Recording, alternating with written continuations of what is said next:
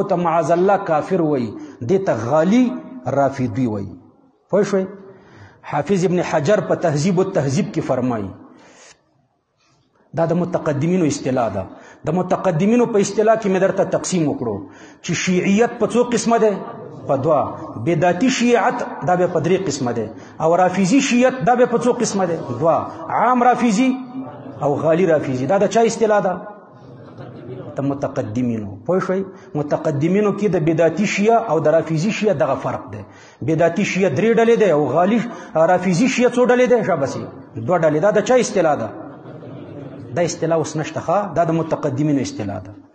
د متأخرینو په اصطلاح کې ټول غالی رافضیان دي. د متأخرینو په اصطلاح کې پاکستان، افغانستان، ایران کې کومه ډله ده؟ غالی رافضیان. غالی رافضی نن سبا دا نورې ډلې نشته. نن سبا په دې پنځو ډلو کې دا یوه ډله پاتې ده. کومه ډله پاتې ده؟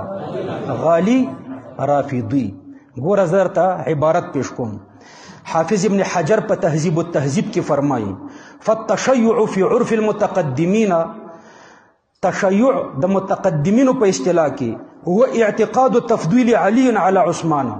د متقدمینو په اصطلاح کې شیعت دې ته ویل کېدو چې حضرت علی به په حضرت عثمان بهتر ګڼلو، وان علیا کان مصیبا فی حروبه، او دا به عقیده و چې حضرت علی په جنگونو کې په حق و، وان مخالفه مخطئ، او مخالفین په خطا و، مع تقدیم الشیخین و تفضیلهما. په متقدمینو کې هغوی د شیخینو د تفضیل قایلو د ابوبکر او د عمر. صحیح شو؟ د هغوی په فضیلت اقرار کولو. او بیا وروسته وایي واما التشیع فی عرف المتأخرین.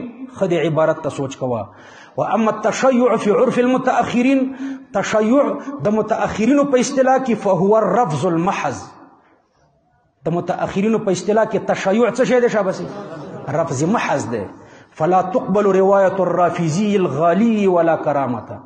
د رافضی غالی روایت نه قبلیږي، عزت هم نه لري. تهذیب التهذیب کې وګوره.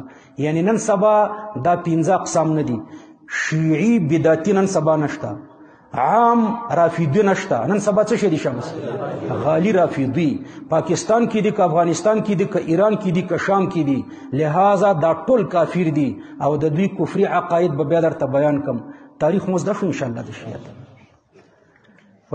افغانستان کې د دې په باره کې لږ معلومات کم دی. زموږ ملګري ځي شیعګانو کره میلمانه کېږي، هغوی ورته چرګان حلالۍ خوري.